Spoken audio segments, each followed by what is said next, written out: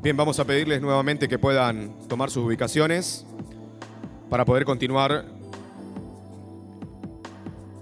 en esta nueva etapa a 30 años de la aprobación de la Ley de Administración Financiera Pública.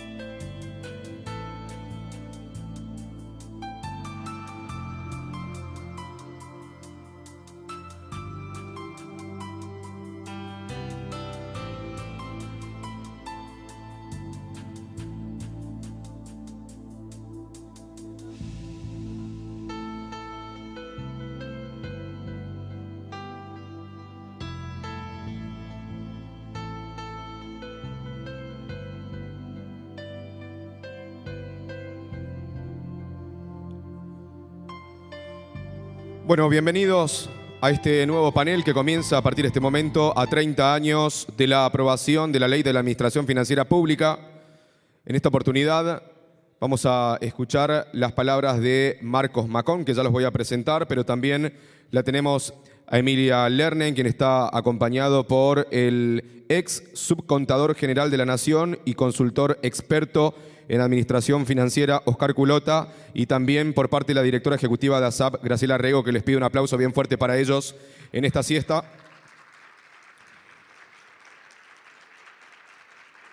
Marcos Macón está conectado a través de manera virtual, ¿no es cierto? ¿Sí? Bien.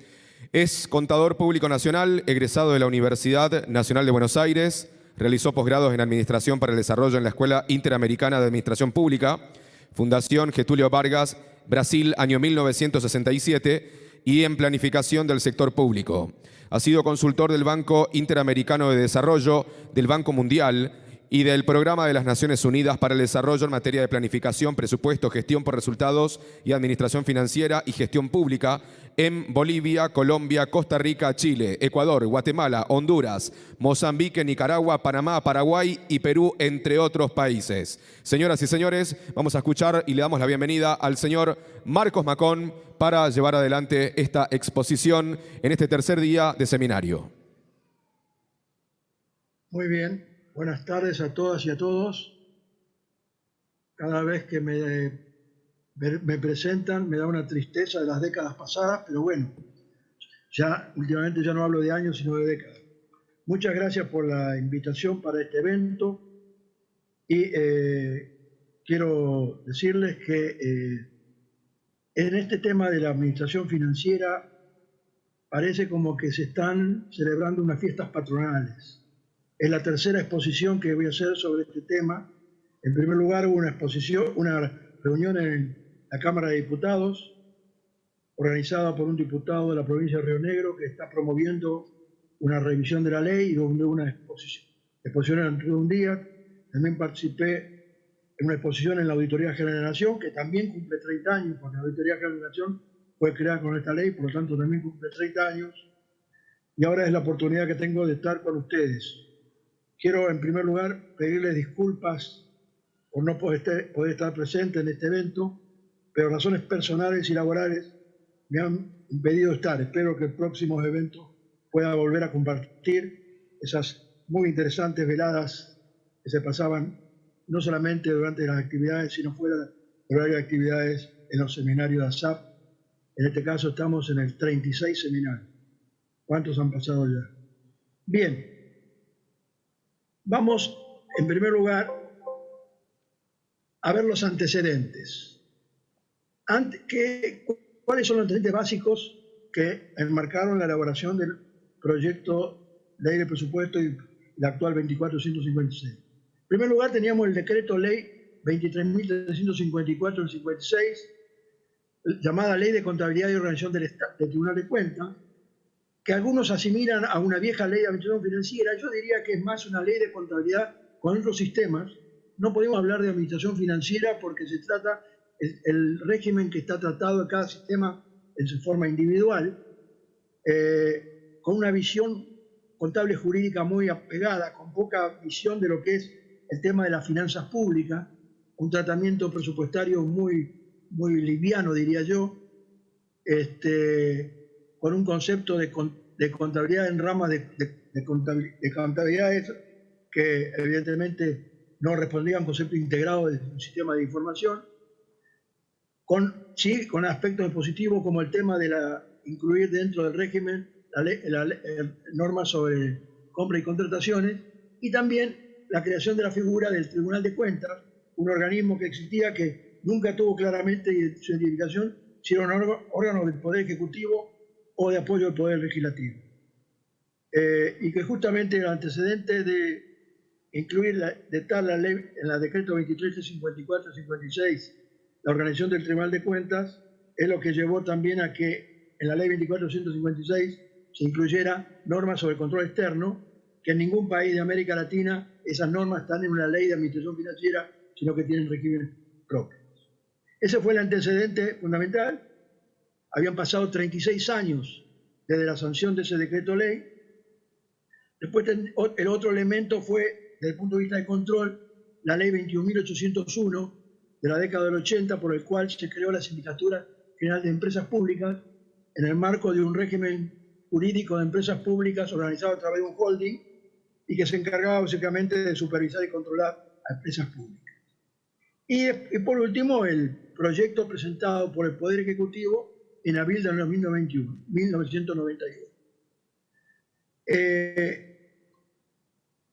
¿Cuál fue el tratamiento legislativo? En primer lugar, en octubre de 1991 hubo un primer dictamen de la Comisión de Presupuesto que prácticamente recogía todos los aspectos centrales de lo que estaba el proyecto original del Ejecutivo y que quiero mostrarles algo que es inédito, que supongo que al experto histórico en finanzas públicas que me antecedió en el uso de la palabra de ASAP le va a interesar. Este es el original de la orden del día 1789 del 15 de octubre de 1991 que aprobó el primer dictamen de la Comisión de Presupuestos, de la Comisión de la Ley de Administración Financiera por parte de la Comisión de Presupuestos y Hacienda. Pero la versión final recién fue aprobada el 30 de septiembre de 1992 y más precisamente a las 23 horas 59 minutos de ese día que finalizaban las sesiones en esa época, finalizaba el 30 de septiembre del Congreso. ¿Qué es lo que pasó en el intertanto entre el primer dictamen, entre la versión original, el primer dictamen y la versión final? Hubo prácticamente unanimidad en todo lo que se refiere a los sistemas de administración financiera. Modificaciones meramente formales y de muy poca envergadura. Las principales discusiones se dieron en el ámbito de la ley en el control externo.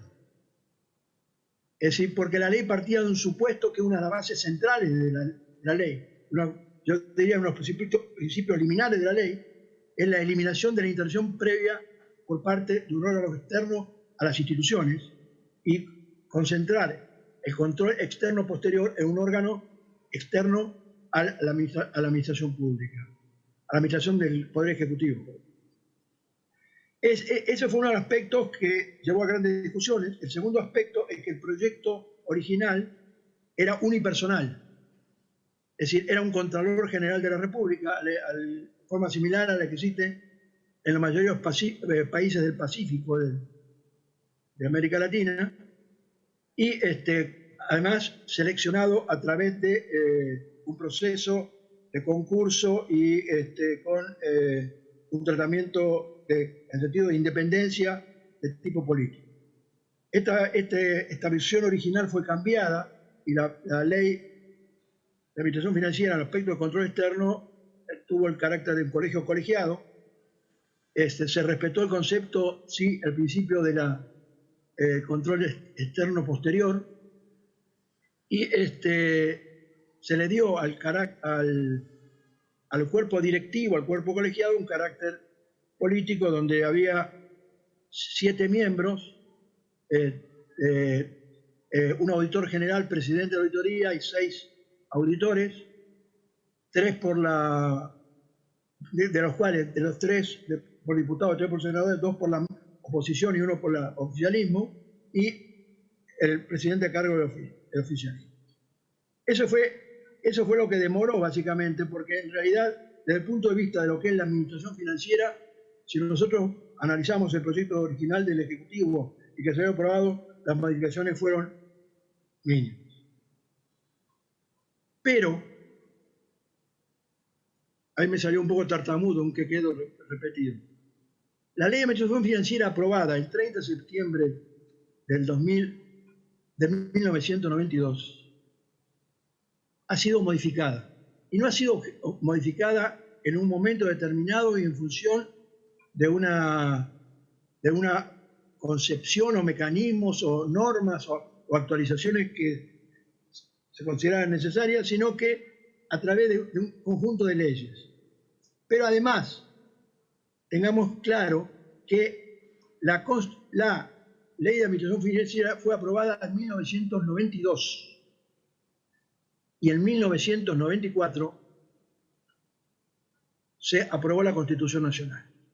Y la Constitución Nacional tiene 2 artículos que vamos a ver que impactan en la ley de administración financiera y que no han sido recogidos en el marco legal vigente. El artículo 85 y el artículo 75, inciso 8. Después tenemos también la vieja y tan recordada por todos nosotros, especialmente quienes hemos trabajado tanto en la administración pública, la Ley Complementaria Permanente de Presupuesto de 1933. O sea que dentro de 11 años, si esta ley permanece, va a cumplir un siglo. La Ley 24629, complementaria a la ejecución del presupuesto, dictada en 1996, y las leyes 25152 de solvencia fiscal de 1999 y la 25917 de responsabilidad fiscal del 2004.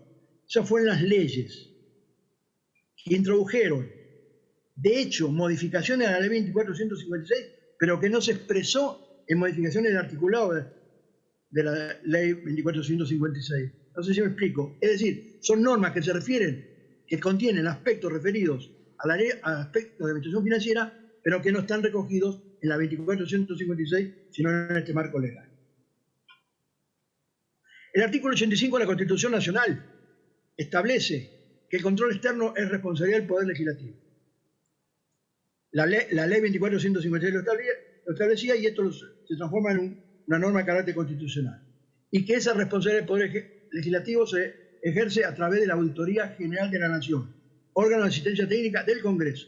Acá queda claramente identificado que el órgano de control externo no es como el caso de la Tribunal de Cuentas, que estaba entre el Ejecutivo y el Legislativo, sino es un órgano técnico del Congreso de la Nación. Y que requiere una ley específica propia, como es en la mayoría de los países de América Latina. Una ley específica que además tiene una característica: tiene que ser aprobada por mayoría especial. Mayoría especial significa la mitad más uno del total de miembros de cada Cámara. No de los presentes en cada sesión, sino del total de miembros de la Cámara. Por lo tanto, en el caso del Legislativo se requiere más de 129, en el caso de diputados más de 129, y en el caso del Senado más de 37 senadores. Y establece claramente, no habla en ningún caso en la Constitución del régimen colegiado. Sí dice que el presidente de la Auditoría General de la Nación debe ser designado a propuesta del partido político de oposición. O sea, no establece, no impide que sea colegiado, pero tampoco establece que sea colegiado, sino que solamente señala cómo tiene que ser nombrado el presidente de la Auditoría General de la Nación. Sobre esta ley hubo un proyecto del ex senador Cobos del año 2018, pero ese proyecto nunca fue tratado en comisión y ahí es una de las normas que no se ha cumplido la Constitución Nacional. No solamente no se ha cumplido la Constitución Nacional, el cambio del régimen de coparticipación, sino también el artículo 85 de la Constitución Nacional. Pero después tenemos el artículo 75, inciso 8 de la Constitución Nacional, que establece las atribuciones del Congreso Nacional. Y en ese inciso 8 señala, como estaba en la Constitución anterior, que es responsabilidad del Congreso fijar anualmente el presupuesto general de gastos y cálculo de recursos de la Administración Nacional. En base al, esta de mayúsculas es un tema que lo puse yo para destacarlo, Programa General de Gobierno y al Plan de Inversiones Públicas. Y aprobar y desechar la cuenta de inversión. Es decir, la Constitución Nacional obliga a que junto con el proyecto de presupuesto se presente el Programa General de Gobierno y el Plan de Inversiones Públicas. Vamos a ver después que hay una norma que no, de una de las leyes que mencioné anteriormente, que incluye una programación de mediano plazo, pero que en realidad no es un programa anual de gobierno, sino es un plan de mediano plazo de lo que es del sector público. Vamos entonces a la ley específica, la Ley Complementaria Permanente de Presupuesto. Esta es una ley aprobada en 1932, cuando no existía régimen de administración financiera, pero estaba claro que con los presupuestos anuales había un tema particular. En nuestro régimen jurídico no hay, como en otros países, tratamiento de leyes diferenciadas. ¿No? Está la Constitución y la ley. No hay un nivel intermedio como en otros países de leyes orgánicas, salvo que la Constitución señale, como el caso de la auditoría, que requiere una mayoría especial para su aprobación y por lo tanto para su modificación. Por lo tanto, la ley anual del presupuesto no tiene ningún problema en poder cambiar otras leyes, pero tiene una característica muy particular, que la ley, como ustedes saben, las disposiciones anuales de la ley de presupuesto tienen vigencia limitada, del 1 de enero al 31 de diciembre, y caducan el 31 de diciembre. Entonces, cualquier disposición que vaya más allá de un ejercicio presupuestario, para darle continuidad, requiere que se incorpore en una norma legal. Esa norma legal es la que se creó en 1932 de la Ley Complementaria Permanente de Presupuesto. Y acá quiero hacer una autocrítica. Cuando estuvimos en gestión, nosotros considerábamos, cuando tuvimos en gestión, que con la Ley de Administración Financiera, la Ley Complementaria Permanente de Presupuesto debía dejar de tener vigencia, porque si cualquier modificación desde el punto de vista de administración financiera en las leyes anuales tiene que ser incorporada a la Ley de Administración Financiera. Y además se reclasificaron un conjunto de artículos que correspondían a otras leyes. Pero cometimos el error, dejamos 2 artículos vinculados con el Congreso Nacional y no se derogó la Ley Complementaria Permanente de Presupuesto. Entonces, en la década del 90 habían quedado la Ley Complementaria Permanente de Presupuesto con 2 artículos.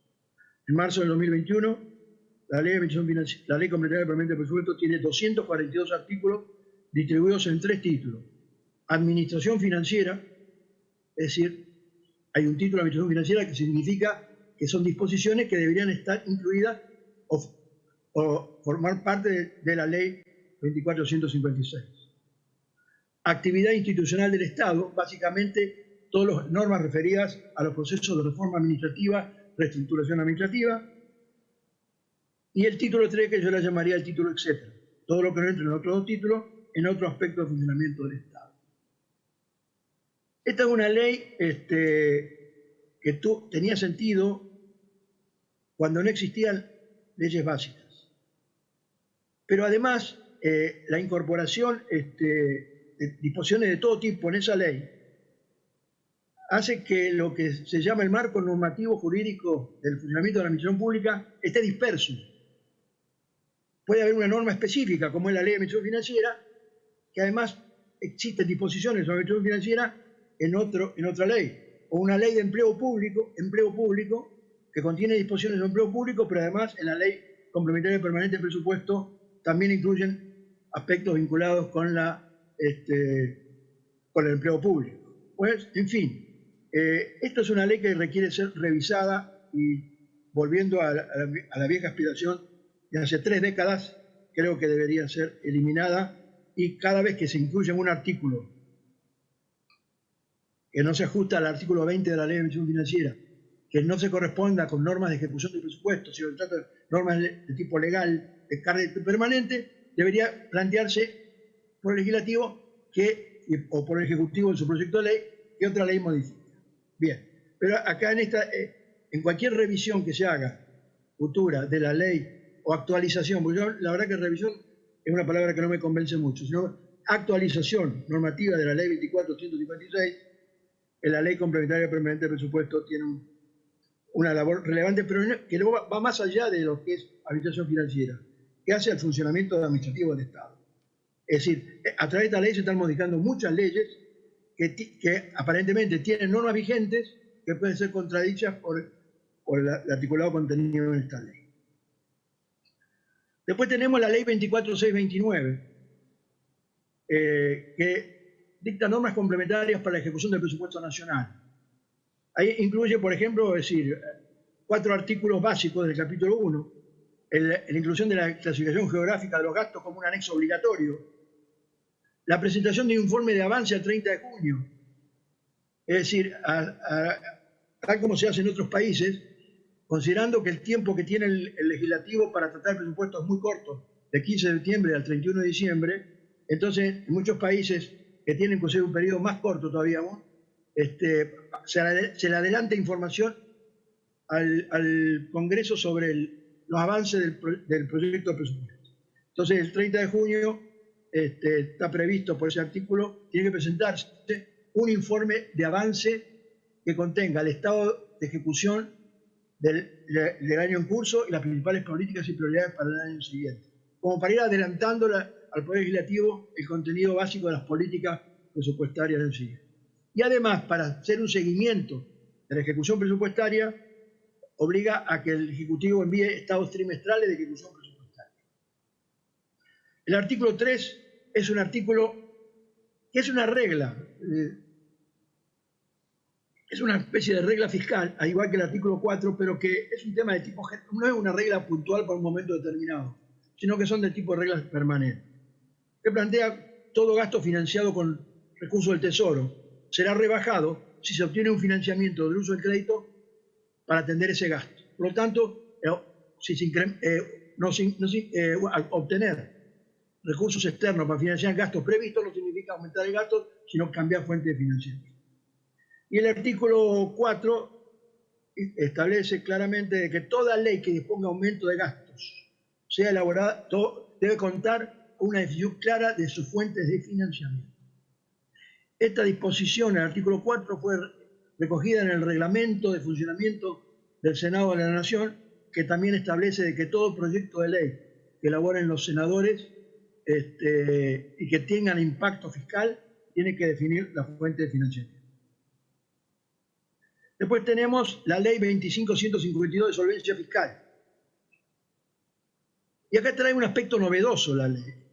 Y en esto Argentina ha sido prioritaria en cuanto a las leyes. En general, Argentina, eso es una acotación que a lo mejor no va a gustar mucho, pero Argentina, desde el punto de vista legal, tiene todos los marcos legales óptimos. El tema es la instrumentación y aplicación de esos marcos legales. Al principio de los años 2000, hay una nueva corriente de pensamiento que implica cambiar el modelo de funcionamiento del Estado a través de lo que se llama gestión por resultados, dentro de los cuales una de las herramientas es el presupuesto basado en resultados. Es decir, cambiar el eje de una administración orientada al control exclusivamente de medios por una administración orientada a mejorar la calidad y cantidad de los servicios que se prestan, los bienes y servicios que se prestan a los ciudadanos para satisfacer las demandas que plantea la sociedad, sin dejar de llevar a cabo los controles legales y formales. Bueno, eso es un tema que daría para un tratamiento especial. Inclusive hay un posgrado en la SAP vinculado al tema de gestión por resultados. Pero la ley 25.152 pone unos requisitos.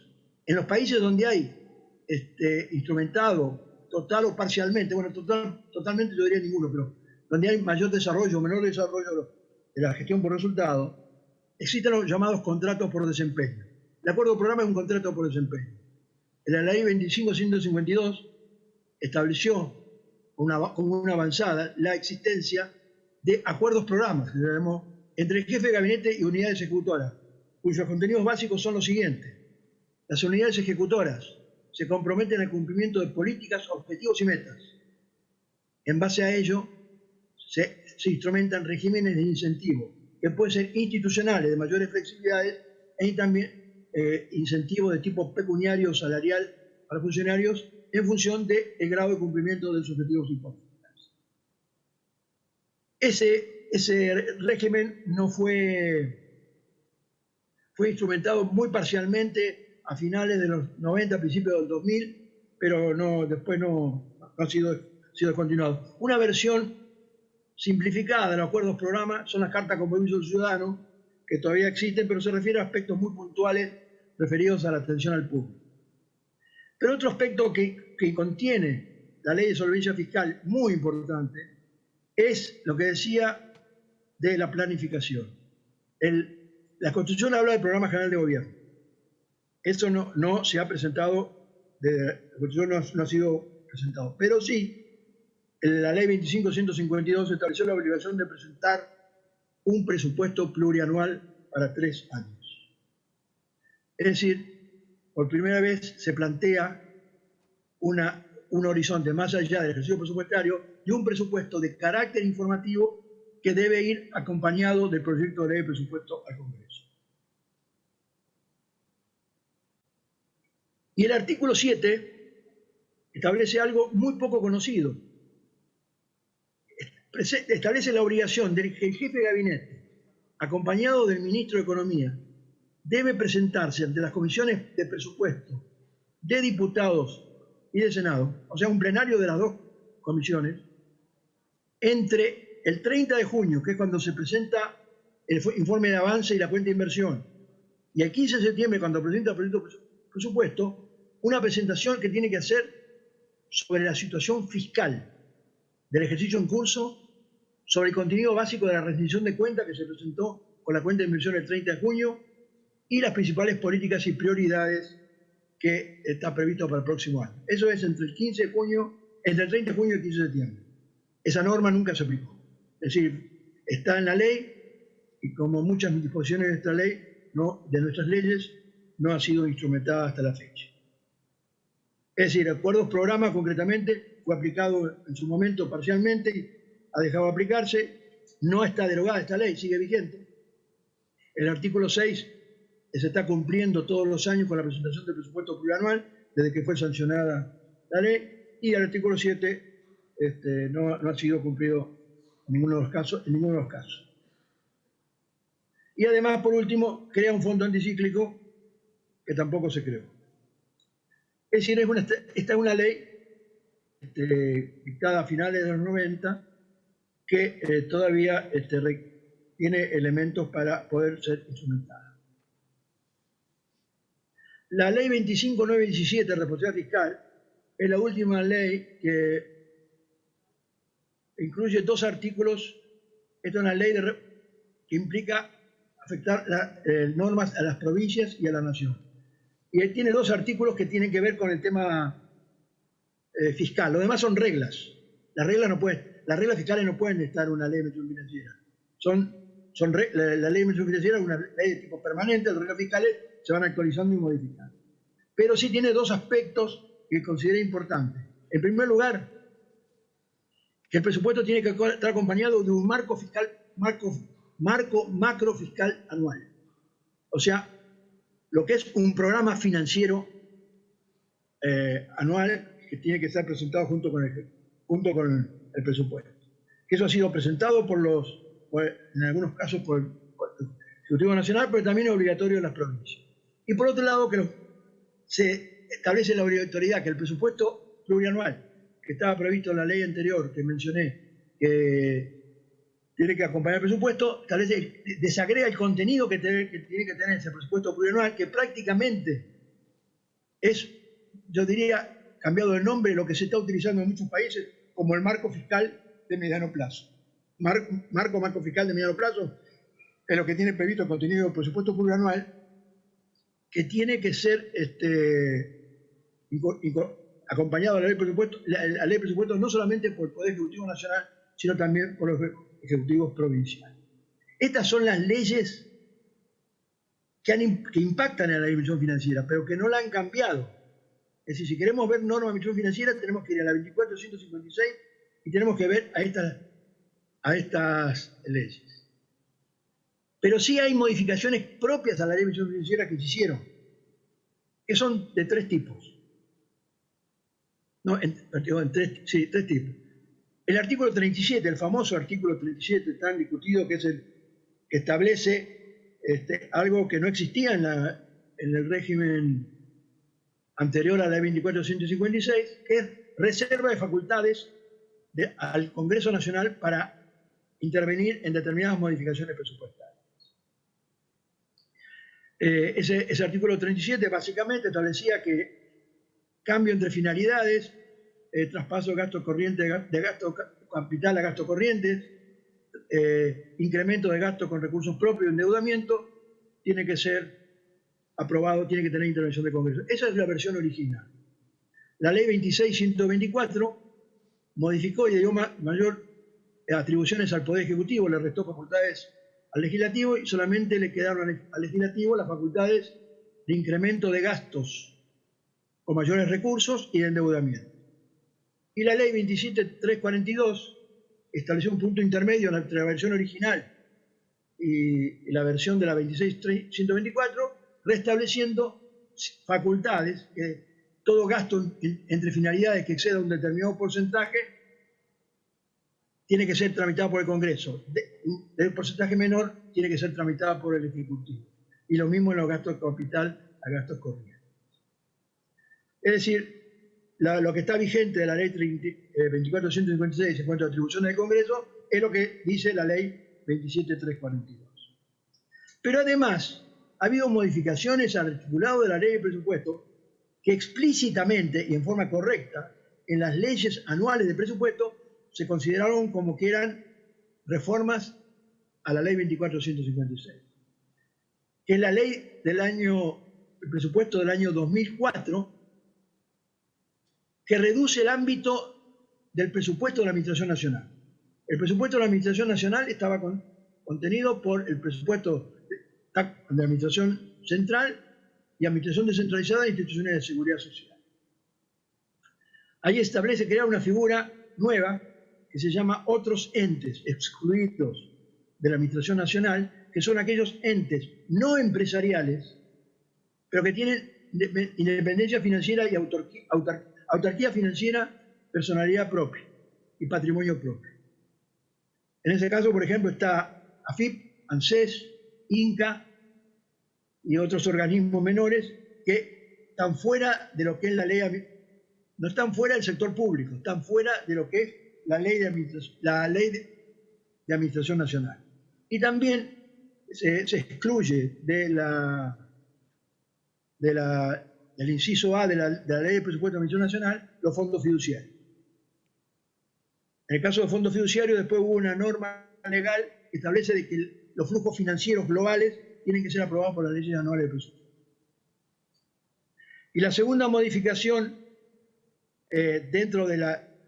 a través de la ley de presupuesto, la ley de presupuesto de 2006, que cambia en el artículo 9, que establece la estructura de jurisdicción y identidades dentro de la Administración Nacional, crea la figura de jefatura de gabinete de ministros como una jefatura más en el marco de la reforma constitucional.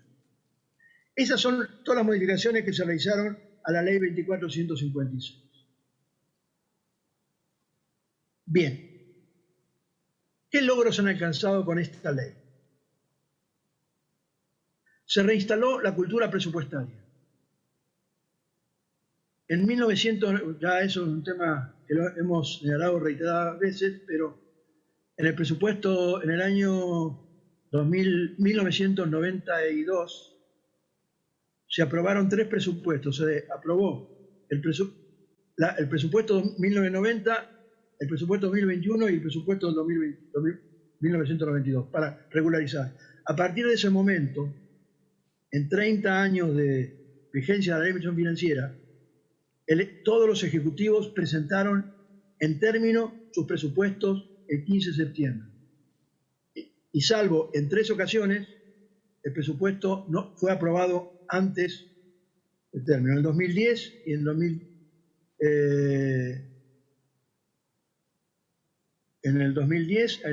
2011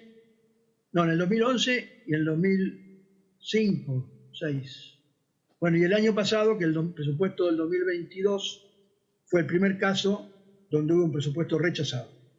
Salvo esos 3 casos, la cultura presupuestaria, algo que era inédito en Argentina, porque es decir, la última vez, antes de 1992, la última ley presentada en términos había sido en el gobierno de Ilía en 1962, presentado en términos, que no fue aprobado porque el gobierno fue derrocado. Pero la reinstalación de la cultura presupuestaria es importante, y eso ya es un hecho, creo que ya está instalado. Hay una cultura de que el 15 de septiembre se presenta el presupuesto y ahora justamente dentro de media hora se habilita la Comisión de Presupuesto del Senado para tratar el proyecto de media sanción aprobado por la Cámara de Diputados en la sesión anterior, en la semana anterior. Se reinstaló la cultura presupuestaria, es decir, el presupuesto, que como siempre digo, y disculpen que sea tan reiterativo, pero me han escuchado muchas veces que significa definir una forma de vida de la sociedad, o significa definir a la sociedad cuál es el financiamiento que debe trasladar el Estado y además definir cuáles son los bienes y servicios y la calidad de vida que va a permitirse mejorar a la sociedad a través de la gestión presupuestaria. Entonces, por eso algunos le llaman, a mí no me gusta esto de ley de leyes, pero es una ley muy importante. Es una ley importante que tiene una característica, además, muy particular, que es totalmente temporal. Tiene vigencia acotada, pero que significa que año a año se va definiendo cuál es la relación del Estado con la sociedad. Ese fue el logro alcanzado que creo que ya está definido. Pero creo que el segundo tema es que a partir de una concepción de sistemas integrados, donde en la ley de administración financiera se consideraron los 4 sistemas básicos: presupuesto, tesorería, crédito público y contabilidad, que funcionan en forma integrada e totalmente interrelacionada, que ese sistema integrado de administración financiera en base web gestiona las transacciones presupuestarias y tiene otro de los principios liminares de lo que es la administración financiera, que la información es el resultado de la gestión. No es como tradicionalmente la información iba por un lado y la gestión iba por el otro. La información es básica para el proceso de toma de decisiones, básica para ejercer el control sobre el gasto público, está sustentada en registro automático de las transacciones que se realicen dentro de las instituciones públicas. Y también informa sobre el resto del sector público nacional. Yo he tenido la oportunidad de recorrer varios países viendo el sistema de administración financiera y quiero decirles que el sistema de información que existe de lo que es la administración pública nacional en Argentina a través del presupuesto abierto es inédito. No hay país en América Latina que tenga información al día. Al día no, hay un día de diferencia entre que se produzca el registro y que esté en el presupuesto abierto, o sea, nada. Pero el sistema de administración financiera, el ECDIF, como se le llama ahora, es un sistema que brinda información oportuna, sistemática y fidedigna, no solamente para el funcionamiento de la administración pública, sino para el conocimiento de la sociedad sobre el nivel de composición del gasto público. Es decir, el sistema contable ligado con la gestión administrativa ha permitido contar con información, pero además se cambió el sistema. Ese sistema de información no es un sistema jurídico como era el anterior, donde el concepto de gasto es un concepto de compromiso, considerando que el compromiso era el gasto cuando el compromiso se trata de un acto jurídico, pero que no tiene impacto económico. Yo les decía que en la versión anterior a la ley 24.156, las normas legales poco trataban el tema de las finanzas públicas y del impacto económico de las finanzas públicas. Sí trataban mucho lo que es el régimen jurídico contable. Ese régimen jurídico contable está vigente, sigue vigente, pero además está enriquecido con lo que es información económica necesaria para la toma de decisiones. Por otro lado, se desarrolló un sistema de gestión de la deuda pública. La coma entre deuda y pública es un error. No es que haya deuda de un lado y pública del otro. El sistema de gestión de deuda pública es inexistente. Yo me imagino que hubo un panel sobre deuda pública, algo pude escuchar, y evidentemente se desarrolló todo el tema absolutamente novedoso sobre el sistema de deuda pública. Y permitió tener un sistema de información de la deuda pública. Yo no sé si ustedes saben, pero en 1992 no había sistema de información de la deuda pública. Para saber cuál era el estado de la deuda pública había que recurrir al Banco Central y a veces había que recurrir a los acreedores para saber cuánto se le debía. Evidentemente, ese sistema de gestión de la deuda pública fue en un contexto donde la deuda pública era bancaria, por lo tanto tuvo unas características particulares que ameritan su actualización, pero fue algo novedoso. Se desarrolló, pero ya no en la ley de administración financiera, sino en una ley por separado, la ley 24.354, el sistema de inversiones públicas. Eso hay algunas provincias, como el caso de la provincia de Santa Fe, que el tema de inversión pública lo ha considerado como parte de la administración financiera. Y también el tema de los recursos humanos, se logró interrelaciones de los sistemas, ya no está en la ley, sino está en los sistemas, la interrelación de los sistemas, como es el SIRU, el Sistema Integrado de Recursos Humanos, con el CIDIF. Es decir, se ha logrado reinstalar la cultura presupuestaria, hay información y hay desarrollo de sistemas, vinculación con otros sistemas. Y acá yo creo que es el tema central. Información de las finanzas públicas oportuna, sistemática y fidedigna, basadas en la gestión y en el devengamiento local. Como ya les mencionaba, esto podemos decir a nivel de síntesis, es lo que está reflejando la ley, la instrumentación de la ley de administración financiera. La ley preveía una modernización de los sistemas de control interno y externo, y como les decía, fue lo que más se discutió en el ámbito del Congreso cuando se planteó el tema de la ley, del proyecto de ley. Quedó claramente definido que el órgano de control externo ejerce el control externo posterior. Es auxiliar o asistencia técnica del Congreso a través de la Comisión Mixta Revisora de Cuentas, que está prevista en la ley también. Es decir, la ley no solamente legisla sobre la Autoridad General de la Nación, sino también sobre el órgano con el cual se relaciona la Auditoría General de la Nación, que es con la Comisión Mixta Revisora de Cuentas. Quedando la intervención previa a cargo de las auditorías internas y de la propia gestión. La responsabilidad de la intervención previa es de los propios funcionarios que definen los gastos. Un concepto pues, muy discutido, que inclusive todavía se sigue discutiendo, pero que permite definir claramente la responsabilidad.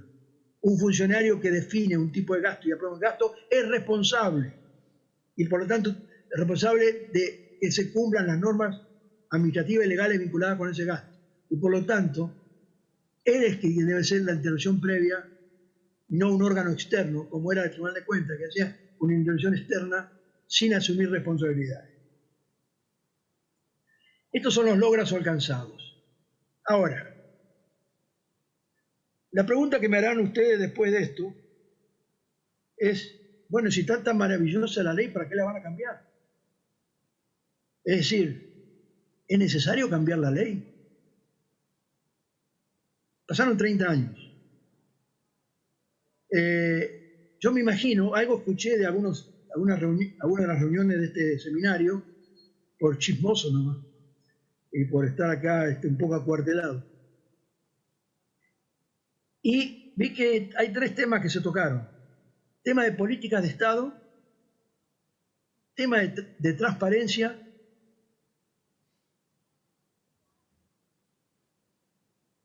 ¿Y qué ha pasado con el tema, con la política de Estado? ¿Qué ha pasado con el ley de administración financiera? Durante 30 años fue una política de Estado implícita. Pasaron gobiernos de diferentes ideologías, de diferentes naturaleza. Hubo crisis de diferentes naturaleza. La ley de administración financiera conservó su vigencia y permitió sortear los obstáculos que existían. No hubo cuestionamiento alguno. Evidentemente es claro, ¿qué funcionario político o gerencial va a eliminar algo que le permite tener información para toma de decisiones? Segundo aspecto, se habló de transparencia. ¿Qué más transparencia que tener los informes mensuales y trimestrales que se elaboran en el Poder Ejecutivo, ahora también se elaboran en el Congreso? Tener el presupuesto abierto con información al día de toda la administración pública, de toda la administración pública nacional, habiéndose desarrollado en los últimos años también un sistema de información de empresas públicas. ¿Qué mayor transparencia ese aspecto? Y otro tema que se habló también es el tema de sostenibilidad fiscal. Claro, no pretendamos que la ley de administración financiera garantice la sostenibilidad fiscal. Evidentemente, el tema de la sostenibilidad fiscal va mucho más allá de una ley. Implica decisiones políticas, definiciones políticas macroeconómicas y económicas, de manejo del Estado, que va mucho más allá de la administración financiera. Pero es más fácil tener sostenibilidad fiscal teniendo un sistema de información que brinda información oportuna y fidedigna sobre la gestión financiera pública que no tenerlo. Por lo tanto,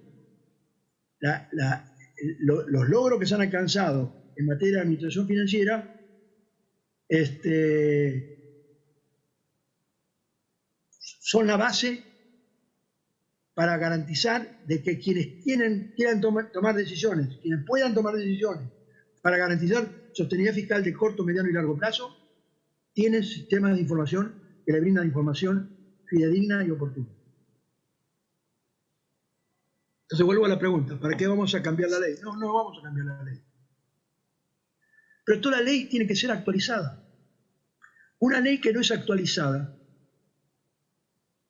pierde, después de 30 años, pierde vigencia. Y además se ha demostrado que hay artículos de la ley que no se han incumplido en 30 años. Y si no hay artículos de la ley que no se han cumplido en 30 años, bueno, hay que preguntarse por qué no se han cumplido en 30 años. Es decir, hay una regla básica que creo que, bueno, va a hablar un contador diciendo cosas jurídicas, pero no importa. Pero las leyes tienen que ser normas que sean posibles de cumplir operativamente y que haya viabilidad política para su cumplimiento. Además ha pasado mucho tiempo ya de esto. ¿Se acuerdan que cuando empecé mi charla mencioné de que 36 años pasaron desde la ley del decreto 2354 a la ley de administración financiera? Y era otro modelo que había.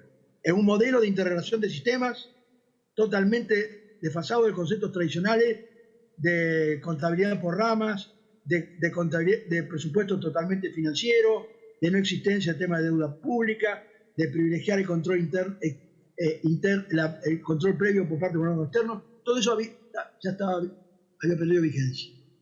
Cosas que fueron rescatadas. Ahora, ¿cuáles son, a mi entender, con esto voy a terminar, cuáles son los temas que a mí me parece que habría que considerarlo una futura revisión de la ley?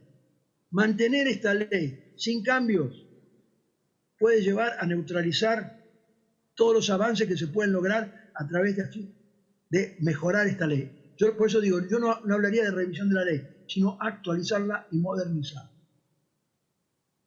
En primer lugar, la ley de administración financiera, el proyecto de ley anual de presupuesto tiene que estar acompañada de la programación fiscal y de gasto a mediano plazo.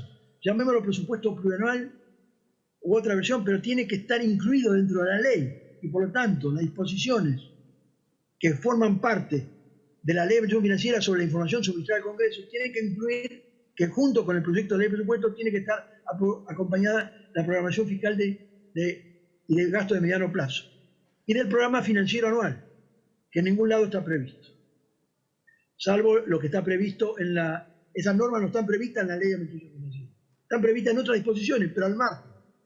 Y la otra cosa es que la ley de administración financiera contempla que junto con el presupuesto está el presupuesto de divisa y el programa monetario. Pero resulta que el programa monetario, por ley orgánica, y en este caso es la ley orgánica del Banco Central, que es una ley que tiene para su modificación requiere una mayoría especial, establece claramente que el programa monetario se aprueba el primer mes del año siguiente. Entonces, es una norma incumplible. O se cambia la disposición incluida en el Banco Central, o se elimina del presupuesto porque es incumplible, porque no puede presentarse el programa monetario porque el programa monetario por otra ley tiene una fecha diferente. Segundo aspecto que debería incluirse es el tema del presupuesto orientado a resultados y su vinculación con las políticas transversales y la planificación de mediano y largo plazo. No estoy planteando de que la ley incluya aspectos de planificación. La ley de planificación requiere un sistema que requiere una ley por separado. Pero considerando que la Constitución Nacional establece la obligatoriedad del programa anual de gobierno, que el programa anual de gobierno no es el presupuesto plurianual. El presupuesto plurianual es la parte financiera de lo que es la ejecución de las políticas de producción de bienes y servicios por parte del gobierno nacional para un año determinado. El programa anual de gobierno incluye otros aspectos que no son presupuestarios. Y por otro lado, En los últimos años, por ejemplo, el Poder Ejecutivo está presentando políticas transversales, un esbozo de sistema de planificación donde se establecen aquellas políticas que cruzan horizontalmente a distintos organismos, que son ejecutados, que además, si bien tiene un órgano rector, con casos de género, casos de niñez, casos de discapacidad, casos de medio ambiente, que son las 4 que están incluidas en el proyecto de presupuesto 2023, que tiene un órgano rector, ese gasto se ejecuta a través de distintas instituciones. Ese tema de las políticas transversales, la planificación y el presupuesto orientado a los resultados debería estar incluido, a mi entender, como parte de criterios para la definición de las políticas presupuestarias e inclusive de lo que es el contenido del informe de avance del proyecto de ley de presupuesto. El tercer aspecto, cuenta de inversión y su ámbito de aplicación. ¿Qué es la cuenta? Acá hay una versión que viene de la historia, que viene de la vieja decreto de contabilidad que sigue manteniendo su vigencia. La cuenta de inversión se presenta primero el 30 de junio, 6 meses después de cerrado el ejercicio presupuestario. Segundo lugar, contiene lo que es la rendición de cuentas de lo que aprobó el legislativo. ¿Qué aprobó el legislativo? El presupuesto de la Administración Nacional. Eso es lo que aprobó el legislativo. Y está la rendición de cuentas. Pero además están los balances. Están los balances de las empresas, los balances del Tesoro, los balances de la Administración Nacional Central, los balances de empresas, de fondos fiduciarios, inclusive de universidades. Un conjunto de balances. Se le pide al Congreso que apruebe esos balances. Pero ¿qué va a aprobar algo que no intervino? El tema de aprobación de balances no es un tema del Congreso, es un tema de la Auditoría General, sí, perfectamente. El Congreso lo que tiene que aprobar es si lo que aprobó en su presupuesto anual está relacionado con lo que realmente se ejecutó y está previsto en la rendición de cuentas. Por lo tanto, una propuesta que me parece interesante señalar, como se hace en muchos otros países, separar lo que son los balances de lo que es la rendición de ejecución presupuestaria. Y la ejecución presupuestaria no puede presentarse el 30 de junio. Está muy alejado de la realidad. En la mayoría de los países, en el primer bimestre del año, o sea, fines de febrero, principio de marzo de cada año, se presenta la ejecución del presupuesto del año anterior, cercano al cierre. Nosotros en la oficina de presupuesto hacemos un informe preliminar alrededor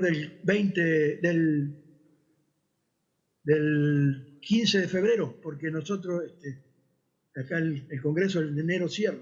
Entonces, el 15 de febrero, 15 días después, hacemos un informe de la ejecución presupuestaria.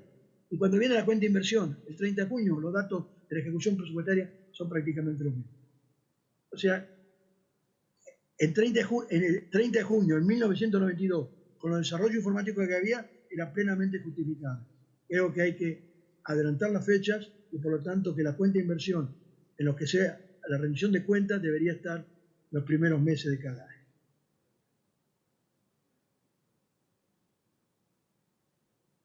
El tema de la cuenta única del Tesoro. La cuenta única del Tesoro no está reglamentada, está en normas y reglamentos, pero no está prevista explícitamente en la ley. Yo creo que en eso, todo lo que sea los decretos, para darle una mayor vigencia, para darle una mayor fuerza legal, las disposiciones centrales de la administración de la cuenta, porque en la ley habla genérico e inclusive confunde dos cosas que son diferentes. El FUCO, que es el Fondo Unificado de Cuentas Oficiales, con lo que es la cuenta única del Tesoro. Creo que eso es necesario revisarlo y creo que es necesario incluir dentro de la cuenta de la ley de inversión financiera disposiciones concretas que ya están escritas. Solamente darle carácter de ley para tener más fuerza en la ley de inversión financiera. Bueno, ya hablamos del tema de la cuenta de inversión. Otro tema que estuvo en una ley de responsabilidad fiscal de hace unos años que fue derogada, es que yo creo que los fondos excluidos y los organismos que están excluidos de la ley de presupuesto de la Administración Central deberían volver a la versión original. Es decir, que los otros entes y organismos y fondos financieros deberían formar parte de la ley de presupuesto de la Administración Nacional. Después tenemos otro punto que es la actualización de normas de crédito público. Es decir, me imagino que ya, y algo lo escuché a Emilio ayer, algo se ha tocado el tema en forma exhaustiva y especialista. Las normas de crédito público estaban en función de que la deuda estaba en manos de bancos. Ahora el régimen ha cambiado totalmente. Hubo un proceso serio de discusión del actual artículo 65, pero no es solamente el artículo 65. Es necesario una revisión integral del capítulo de deuda pública para atender todo lo que son normas vinculadas al funcionamiento de los mercados de capitales y el tema de reestructuración de deuda hacia abajo. Es decir, requiere no una revisión integral, una actualización de normas en función de los cambios que ha habido en los mercados de capitales. Y acá sí es un tema que, perdón, yo me estoy pasando, ¿no? ¿Ya estoy pasado? No escucho. Bueno, no miré el reloj. Bueno, voy a tratar de... Marco, ¿me escucha? Sí. Tiempo cumplido. Bueno, ¿puede ser 5 minutos? ¿Puede ser 5 minutos, me dice la gente de la organización? ¿Sí? ¿Sí? 5 minutos más, perfecto. 5 minutos más, entonces. Listo, gracias. En primer lugar, hay que incorporar disposiciones sobre el proceso y registro de recaudación tributaria, así como los regímenes financieros de administración de recursos humanos y de compra y contratación. La ley de Mendoza incluye estos aspectos en su ley de administración financiera, porque uno de los sistemas que conforman la administración financiera no es solamente los 4 tradicionales presupuesto, tesorería, contabilidad y crédito público, sino también administración tributaria, administración financiera de recursos humanos y administración de compra y contratación. El octavo punto es la revisión del artículo 100 de la ley. Acá hay una situación que se ha dado muy particular, que no correspondía a nuestra organización administrativa. Las unidades de auditoría interna dependen del organismo que tiene que auditar, dependen de la autoridad máxima de la institución.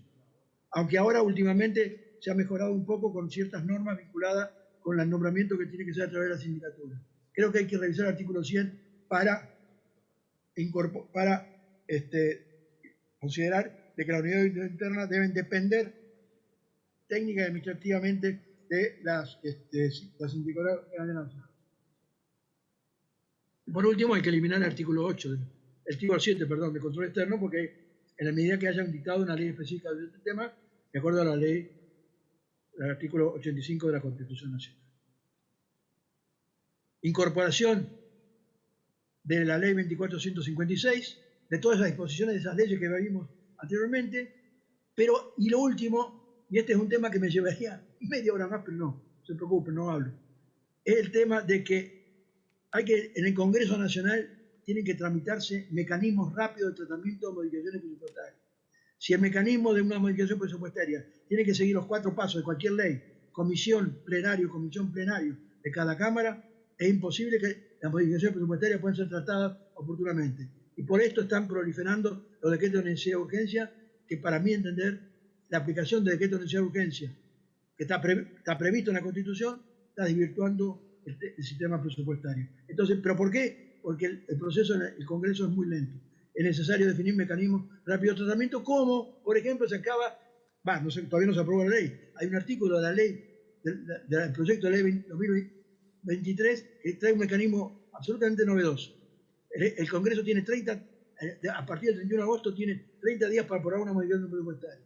Si no la aprueba en 30 días, va a decreto de necesidad de urgencia. Pero esto es una norma de ese tipo debería ser incluida en la revisión del artículo 37 de la Ley de Administración Financiera. Muchas gracias y disculpen si me excedí el tiempo. El aplauso bien fuerte para Marcos Macón. Marcos, te mandamos un abrazo grande. Muchas gracias por estar con nosotros en esta oportunidad. Gracias a ustedes. Ha sido un gusto. Bueno, ahí escuchamos las palabras de Marcos Macón, llevando adelante también esta exposición aquí ante todos ustedes. Y a continuación vamos a escuchar a la siguiente expositora en esta tarde, la señora Emilia Lerner. Ella es licenciada en Economía y magíster en Administración Pública de la Universidad de Buenos Aires.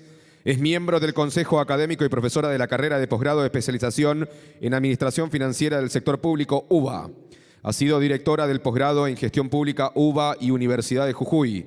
Es directora ejecutiva en la Red Interamericana para la Educación en la Administración Pública, en el marco de la National Public Administration. Profesora de la carrera de posgrado de especialización en Administración Financiera del Sector Público. Señoras y señores, con nosotros, Emilia Lerner. Hola, ¿se escucha? Bueno, cuando puedan, también hay una presentación.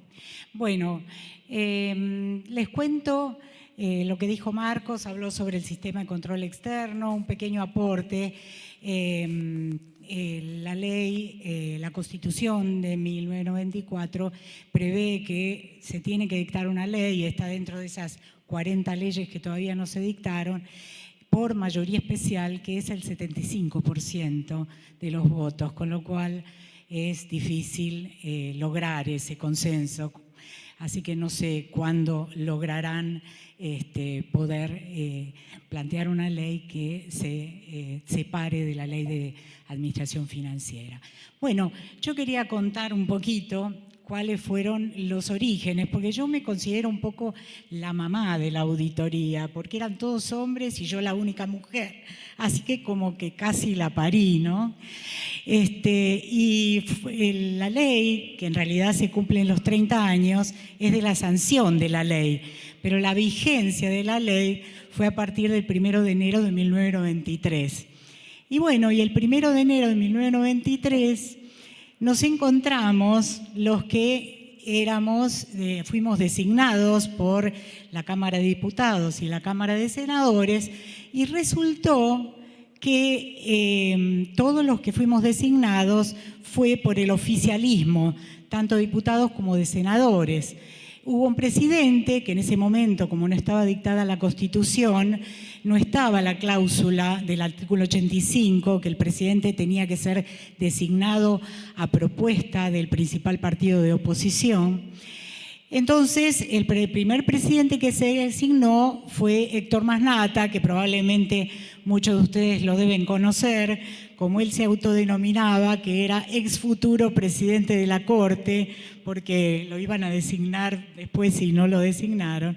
Bueno, y estaba Héctor Masnata, estábamos dos por el oficialismo de la Cámara de Diputados, Norberto Bruno y yo, y dos por el oficialismo de Senado, que eran Casabelos y Barros. ¿Por qué? Porque el radicalismo al principio no estaba muy convencido de designar auditores, y recién a los 3 meses el Senado designó a Héctor Rodríguez por la oposición, y recién como un año después, o un año y más de un año, la Cámara de Diputados designó el 6º auditor por el lado del radicalismo, que era de la oposición. De manera que la integración total del colegio demoró, incluso la integración bajo el paraguas de la Constitución también demoró, porque recién luego del dictado de la firma de la Constitución, que creo que fue en septiembre de 1994, ahí recién designaron a Enrique Paillao, que fue el primer presidente designado bajo el amparo de la Constitución, y después vino el 6º auditor, de manera que el colegio quedó constituido, yo creo que fue recién a fines del año 1994. Así que, bueno, esto fue un poco el origen. Al principio nos encontramos Masnata y los 4 auditores designados, pero resulta que no teníamos edificio, porque era un organismo que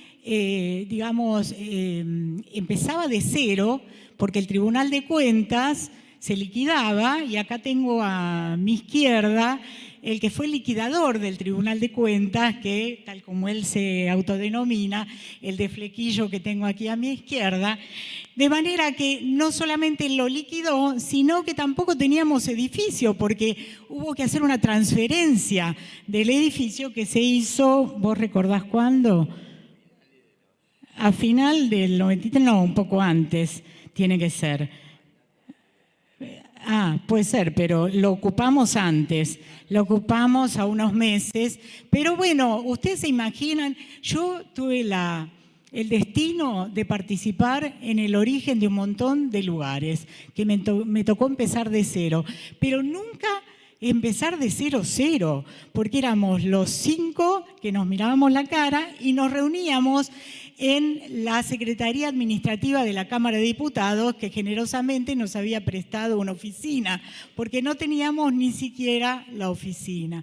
Así que bueno, tuvimos que armar de cero las normas internas, las normas de auditoría, porque como ustedes sabrán, no sé si acá habrá alguien del Tribunal de Cuentas de la provincia del Chaco que levante la mano.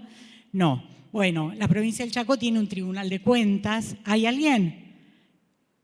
Sí. Bueno, la provincia del Chaco tiene un Tribunal de Cuentas que es consistente con el que era el modelo nacional. Así que bueno, ese Tribunal de Cuentas se liquidó, se distribuyeron los recursos humanos, algunos quedaron en la auditoría, porque encima nosotros teníamos un mandato de que teníamos que tener 400 personas como máximo, 200 personas seleccionadas del personal del Tribunal de Cuentas y otras 200 personas nuevas. Así que teníamos ciertas, digamos, límites que nos imponía la Comisión Parlamentaria Mixta del Congreso. Así que bueno, armamos las normas internas, la estructura orgánica y armamos un organismo sobre el cual no había experiencia previa, porque la experiencia previa eran los tribunales de cuenta. Así que tuvimos que, digamos que aplicar toda nuestra intuición y nuestros conocimientos como para iniciar una experiencia sobre la cual no había antecedentes nacionales. Bueno, el edificio, como les conté, no lo teníamos, acá me acota Culota que en realidad Masnata no quería firmar el acta de transferencia, pero lo ocupamos a unos meses y bueno, ahí tuvimos que seleccionar los recursos humanos, había habido una consultora que había hecho una selección previa, pero bueno, ustedes sabrán lo difícil que es y por suerte los recursos humanos que no quedaron fueron distribuidos en todo el sector público, porque si hay una tarea difícil para mí como al estar a cargo de un organismo es decirle a una persona usted se queda y usted se va. Realmente fue una tarea nada agradable, digamos. Bueno, también hicimos al inicio una tarea docente sobre la ley, porque esto que comentaba Marcos, que fue una discusión muy fuerte sobre algunos aspectos de la ley, hizo que hubiera muchos detractores de la ley. Y ustedes lo que estuvieron al inicio de la ley 2456 sabrán de las dos bibliotecas, la biblioteca del compromiso y la del devengado, la de la intervención previa y de la no intervención previa, la de la atribución jurisdiccional y no atribución jurisdiccional. Bueno, todos estos debates y discusiones que incluso hasta hoy subsisten en muchos ámbitos, hicieron que tuviéramos que hacer una acción docente, una acción pedagógica y tratar de instalar y de que entendieran que había un nuevo sistema que se estaba instalando y que iba a coexistir con otros sistemas, otros modelos dentro del país y dentro del mundo, ¿no? Bueno, también hubo que capacitar a los recursos humanos, hicimos una tarea de capacitación, incluso hubo un acuerdo con Canadá, con la oficina de la auditoría, la OEG de Canadá, que a través de una fundación de auditoría integral, la CCAF, becó varios de nuestros recursos humanos que nosotros seleccionamos y fueron a Canadá a aprender todas estas metodologías de auditoría de gestión, es decir, todo lo que la ley estaba implementando y que yo tengo entendido que Macón y Gutiérrez visitaron Canadá antes de hacer la ley, es decir, es el modelo modelo un poco del Commonwealth, que fueron de alguna manera incorporando y copiando. No es casualidad que dos de los últimos gerentes para América Latina y el Caribe de la IDI, que es la Iniciativa de Desarrollo, del INTOSAI, que es la International Organization of Superior Institutions, que agrupa todas las auditorías superiores de todos los países del mundo. Dos de los que hicieron capacitación en Canadá han sido los gerentes para América Latina y el Caribe. Bueno, recibimos ese apoyo, recibimos apoyo de la NAO también, la National Audit Office de Inglaterra, y también la gente de la CCAF vino a Buenos Aires y nos acompañó en el primer proceso de planificación estratégica de la auditoría. Bueno, es lo que dice ahí, ¿no? Y bueno, más nata, esta es la estatua de San Dionisio, que está en uno de los frisos de Notre Dame. La iglesia de Notre Dame, cuando vayan, porque yo cuando fui me fui a fijar, lo tiene a San Dionisio. Y San Dionisio es un hombre que, pobre, si alguno conoce su historia, le cortaron la cabeza. Él era un evangelizador que fue de Italia a Francia, fue obispo de París y fue martirizado con otros compañeros y le cortaron la cabeza. Y la historia cuenta que le cortaron la cabeza en Montmartre, pero San Dionisio levantó la cabeza, dice la historia, caminó 6 kilómetros con su cabeza en la mano y luego se le cayó en un lugar donde había una devota, y en ese lugar, bueno, todos los 6 kilómetros que recorrió le llamaron el Camino de Montmartre. Montmartre, como ustedes sabrán, en francés quiere decir el Monte de los Mártires, ¿no? Montmartre. Y allí donde se le cayó la cabeza, luego edificaron la iglesia de Saint-Denis, que Saint-Denis es San Dionisio en francés. Bueno, más nata contaba una historia simpática que decía que cuando le preguntaron al poeta Heinrich Heine qué opinaba de esta historia de San Dionisio, que había caminado 6 kilómetros con su cabeza en la mano, él dijo, el poeta dijo, y bueno, como ustedes saben, en estos casos lo difícil son los primeros pasos. Y él con esta historia un poco graficaba lo difícil que fueron los primeros pasos en la auditoría para poder empezar a auditar. Y el hecho de armar las normas que fueron comentadas y convalidadas, digamos así, o aplaudidas por el Consejo Profesional de Ciencias Económicas, permitió que nosotros a los meses en auditoría, no hay auditoría si no hay normas, porque hay que comparar la realidad con los estándares, entonces pudimos empezar a auditar. ¿Qué es el control externo? Provee una garantía independiente de integridad y de veracidad de las cuentas y operaciones de gobierno. Contribuye al proceso de rendición de cuentas, no es la rendición de cuentas, pero participa en el proceso de rendición de cuentas. Fortalece la transparencia de las cuentas y las operaciones de gobierno y los resultados de las políticas públicas.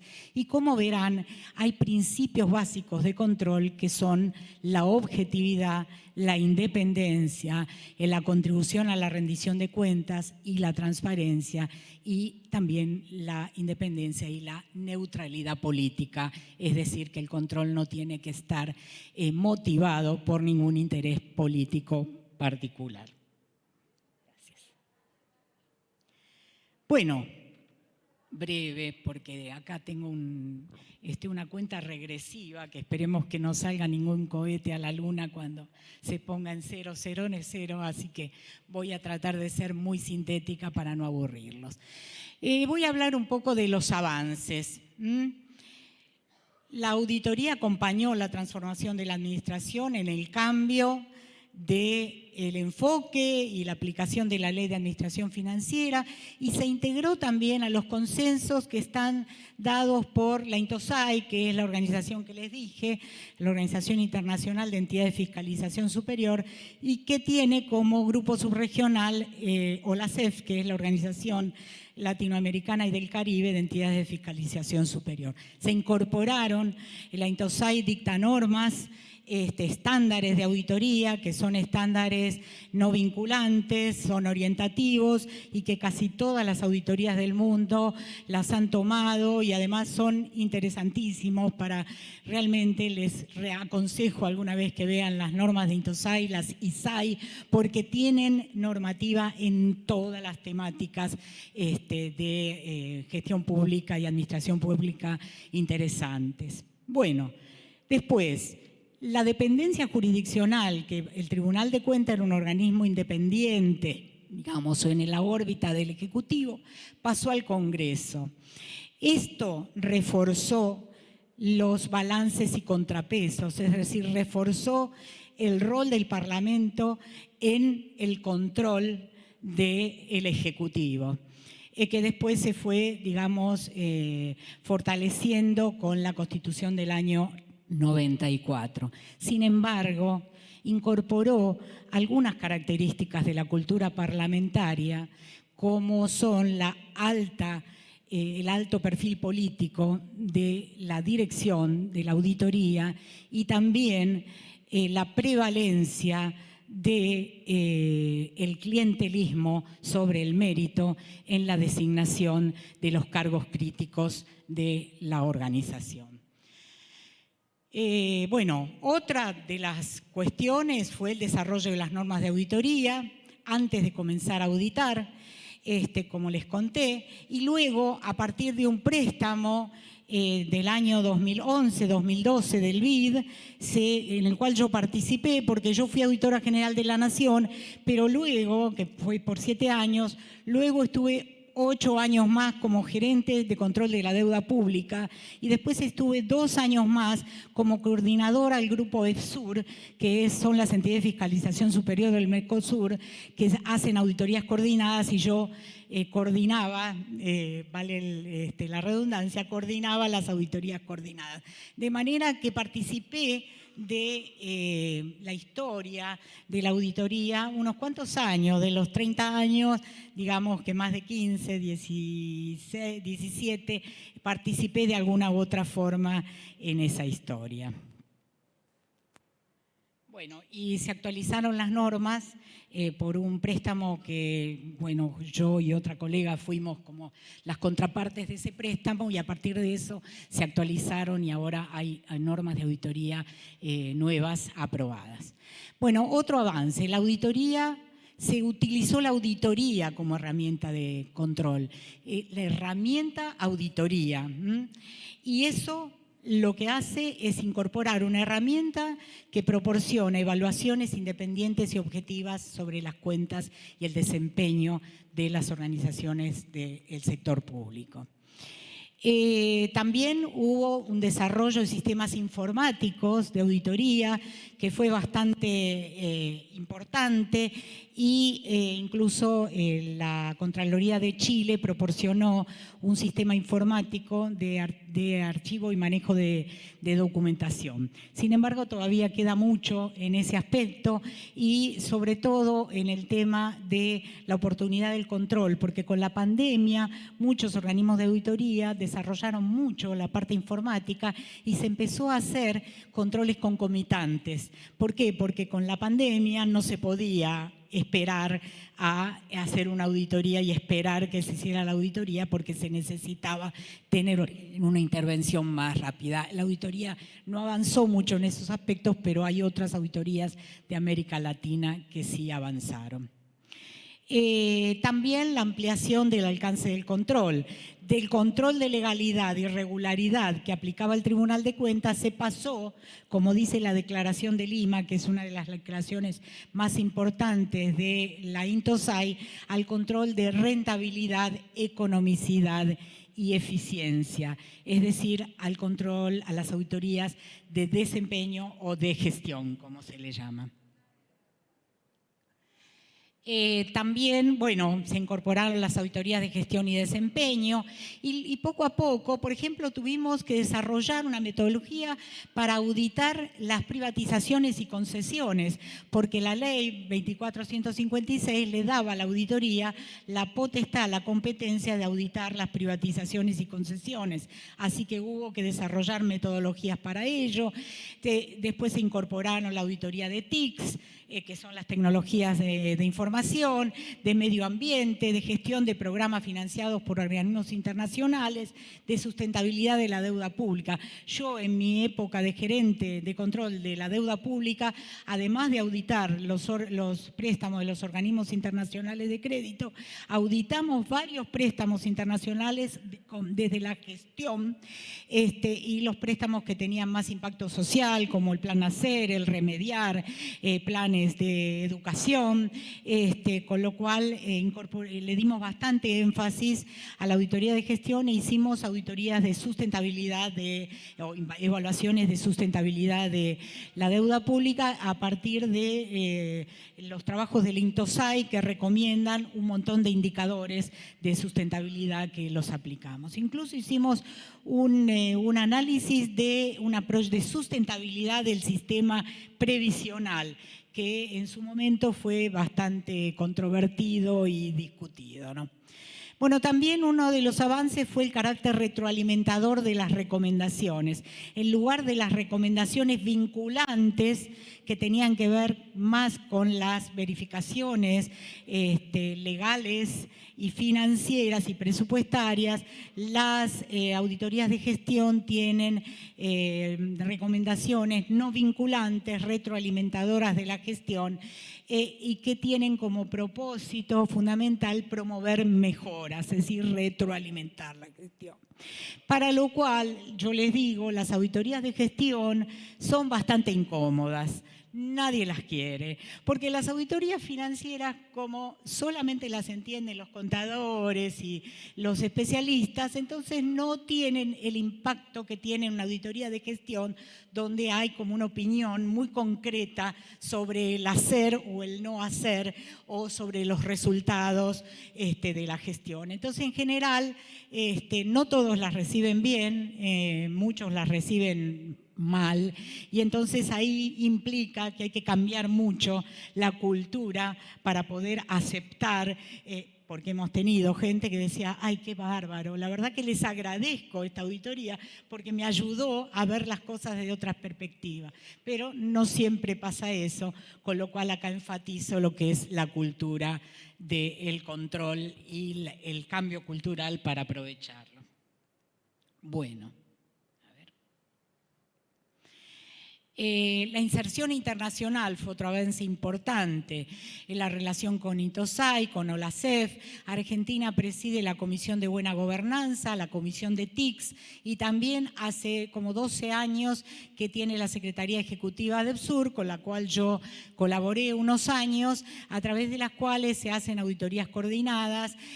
Coordinada quiere decir que se hace una planificación común y después cada país hace su propia auditoría. Bueno, la IDI también apoya mucho la Auditoría General de la Nación a través del apoyo de desarrollo de capacidades y apoyo para auditorías coordinadas de ODS. Otro tema controvertido fue la eliminación de la intervención previa y la atribución jurisdiccional, que ya habló Macón.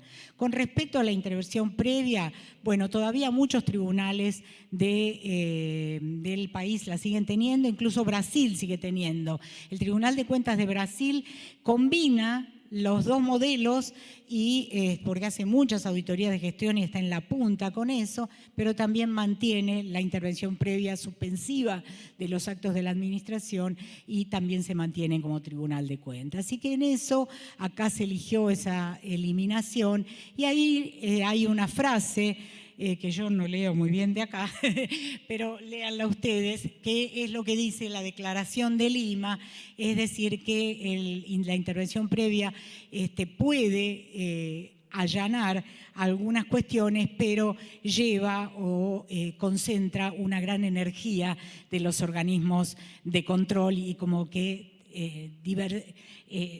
absorbe la energía del organismo en esa tarea y no le deja espacio para otras.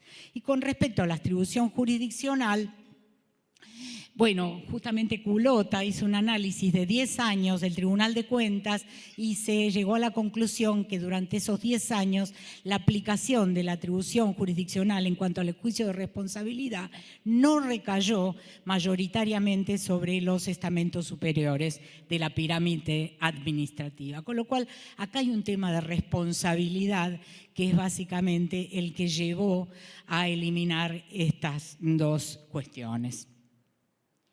Bueno, los desafíos.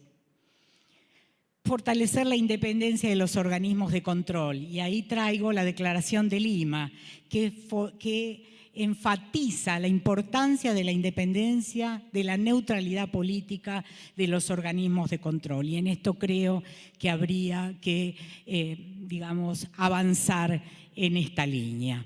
Segundo punto, robustecer la cultura de la rendición de cuentas, a través no solamente de las auditorías, sino de los mecanismos de la propia administración, porque la rendición de cuentas son las herramientas y los mecanismos que todas las organizaciones del sector público tienen que aplicar para rendir cuentas. Si no hay rendición de cuentas de la propia administración, no puede haber un control sobre justamente esa información. Fortalecer y orientar el control del presupuesto hacia resultados, que también habló Marcos, es decir, la gente, ¿qué demanda los ciudadanos? ¿Qué piden? Piden mejores servicios, piden más educación, piden más salud, piden más seguridad, piden resultados e impactos, con lo cual el sector público tiene obligación de orientarse a las políticas públicas que generen resultados e impactos en la ciudadanía. Fortalecer la articulación entre diferentes tipos de control, coordinar los organismos de control externo y de control interno para propender a la economía del control. Articular la relación con el Congreso para que el Congreso y todas sus comisiones aprovechen más los informes de control y lo que plantean los informes del control. Eso es muy importante y en otros países eso está muy articulado y muy incorporado y acá todavía no. Aumentar el porcentaje de las auditorías de desempeño, que en los últimos años no son tan importantes, así que eso habría que enfatizarlo. Todo es cuestión de direccionar. Potenciar mecanismos transversales para alinear metodologías y compartir información a través de las articulaciones transversales. Hoy las auditorías tienen que utilizar mucho el concepto transversal, porque hoy, por ejemplo, y esto se conecta con lo que dice el punto posterior, las auditorías de los ODS, que hoy son muy importantes, los ODS tienen una concepción sinérgica y una concepción integrada. Justamente la idea de los ODS es que el avance en un campo no implique un retroceso en otro campo. Entonces es importante articular y combinar los distintos recursos para hacer las auditorías ODS y capacitar en las nuevas metodologías que están desarrolladas. Hubo un desarrollo metodológico muy importante a nivel de la IDI, a nivel de la Comunidad Europea, para fortalecer las auditorías de ODS, que son los Objetivos de Desarrollo Sustentable.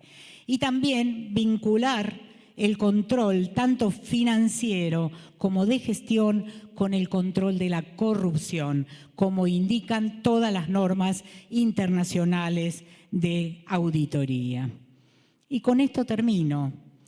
¿Qué se espera de un organismo de control?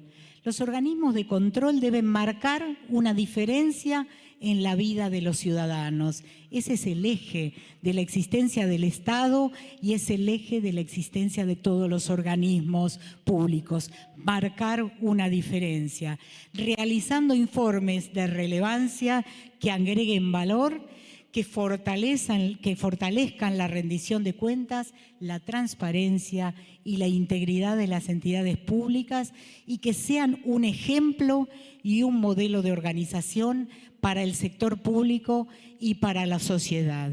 Y en definitiva, y a pesar de que yo soy una ferviente defensora del nuevo modelo de control, yo diría que en definitiva el mejor modelo de control es el que controla, es decir, es el que funciona. Así que eso también hay que tenerlo en cuenta. Podemos tener el mejor modelo, pero si no funciona, no va a servir para mucho. Así que ahí está el eje del control y el eje de la auditoría pública. Bueno, gracias. Los aplausos bien fuertes para la licenciada Emilia Lerner, quien ha llevado adelante también esta exposición. Y antes de despedirla, les voy a pedir al señor Oscar Culota que pueda llevar adelante la entrega de este presente institucional por parte de ASAP, este presente, y además también este presente por parte del Ministerio de Planificación, Economía e Infraestructura de la provincia del Chaco.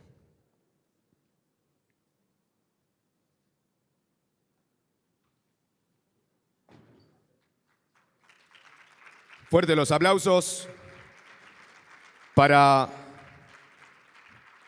Emilia Lerner. A 30 años de la aprobación de la Ley de Administración Financiera Pública, uno de los temas que estaba llevando adelante como exponente aquí en esta tarde, en este tercer día del 36º Seminario Nacional de Presupuesto Público.